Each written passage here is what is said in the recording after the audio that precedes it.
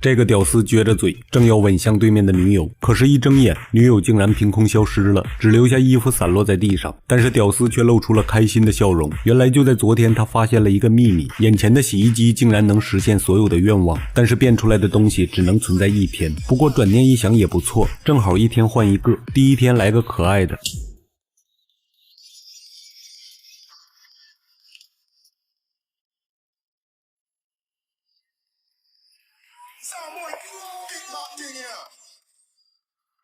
第二天来一个温柔的，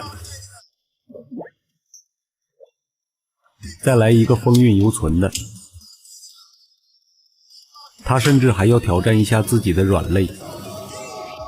不过看他的表情就知道受不了啊，受不了。从此以后，屌丝便打开了一扇新世界的大门，每天来这里取上厚厚的一沓钞票，再变出一个心仪的女朋友，一天啥也不干就是消费，那真是生活乐无边呢。为此他还甩了现实中的女友小美，他看对方早就不顺眼了，现在的他要啥样的没有啊。尽管小美哭着挽留也无济于事，但是小美并没有放弃，她偷偷跟踪着屌丝，发现他竟然跟一个漂亮女人在一起，而且出手很阔绰。小美很疑惑，明明是屌丝一个，怎么突然变得有钱了？于是她继续跟踪，惊讶地发现男友身边的女人又换了一个。小美心中猜想，这帮女人一定是贪图男友的钱才跟他在一起。于是小美趁男友打电话的功夫，进屋跟这个女人理论，过程中俩人发生争执，小美被对方推倒在地。而此时的屌丝在外面遇到一个清洁工老头，言谈间屌丝发现对方也知道洗衣机的秘密，老头告诉他千万不要用洗衣机变出人来。屌丝不明所以地问他为什么，老头说因为只要是洗衣机变出来的只能存在一天，时间一到就会消失。屌丝一听微微一笑，我还以为有啥坏处呢，这事儿我知道，正好一天换一个嘛。说着就回到了洗衣房，正好听到小美在自言自语，哭诉着自己放不下这段感情，离不开深爱的男友。听到这话，屌丝心里多少有些愧疚，回想起俩人以前的美好时光。可就在这时，小美的情绪已经酝酿到了顶点，她崩溃的大喊：橋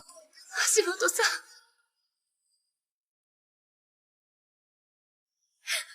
戻ってきて。就在这一瞬间，男人突然从黑暗中醒来，他隐约意识到了什么。果然，这次从洗衣机里钻出来的正是他自己。而此时的电视中正播报一则新闻，多家奢侈品店、珠宝店内的钱竟然凭空消失。俺が出したカ